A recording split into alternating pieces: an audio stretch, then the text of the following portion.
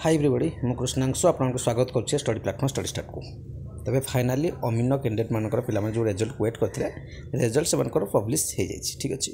आपण मैंने जब देखिए नोटिफिकेशन नंबर जो था कन्फ्यूजन हेनी स्क्यूर ये अमीन नुहे ये हूँ मेन जो एग्जाम्स होता 2022 नोटिफिकेशन नंबर जो एडभार्टाइजमेंट नंबर कहे 7302/OSSC ठीक अच्छे 27/12/2022 जो था ठीक अच्छे